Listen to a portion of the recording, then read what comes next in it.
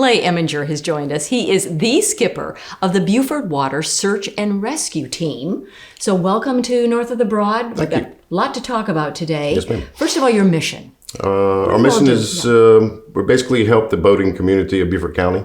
We service from the south tip of Edisto Beach all the way to the south tip of Hilton Head Island. And you're all volunteers, you yourself. 100%, yes, ma'am. So how many volunteers do you have, and how big is your fleet? Currently, we have 23 volunteers, including myself. We have 4 regular boats, an airboat, and a jet ski. So you mentioned the airboat. And on the Beaufort News a few weeks back, I mentioned that it was out of service, and you got now the engine is being made, but you still need more funds for that, right? That's correct. Very important vehicle. Very, very important for us and the community here in Beaufort. They rely on it pretty heavily. So let's talk about, what does it do, the airboat specifically? The airboat is good for rescue missions in the Pluff Mud, where a regular boat wouldn't be feasible or cannot even reach someone. That's what we use that for. And so if a boater needs you, all right, they're in trouble. They're out there and they are either in the Bluff Mud or they're whatever. Do you have a phone number? Is it 911? How do you get contacted? Several different ways. You can call a direct line if it's a non-emergency. Let's say you're out of gas or you're lost and you don't know where you are or you broke down. That would be our non-emergency number, which is 843-525-1969. Okay. That's our non-emergency number directly to the squad line. Okay. And it's manned 24 hours, so it will always be answered. If it's an emergency, you got several different ways. You can call the Coast Guard on Channel 16 on VHF radio in a boat. You can dial 911, and the 911 center will actually dispatch us out. We are 911 dispatched.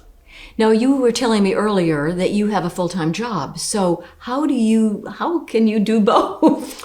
It's challenging sometimes. Right. Fortunately, I work for myself, so I'm a little flexible. Okay. We have several members, I say 2 or 3 members that are retired, so they have 100% devotion to the squad.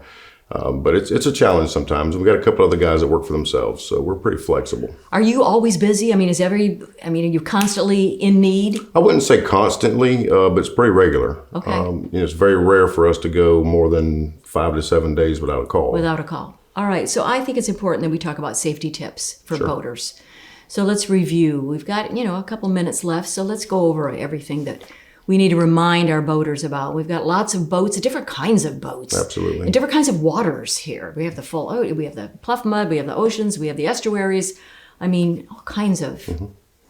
The main thing is if you're going to venture out in the water and you're going to be by yourself, like in a kayak, you're going to go kayaking for the afternoon, a couple hours. Right. Let somebody know where you're going, what your itinerary is, what time you expect them being back. So if that person doesn't see you or doesn't talk to you, they know you are missing.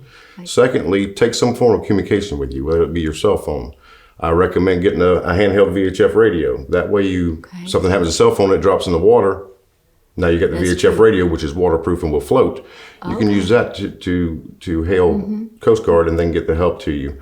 One other thing I would say, we always talk about, drinking and driving during the holiday season in a car is just as important in a boat.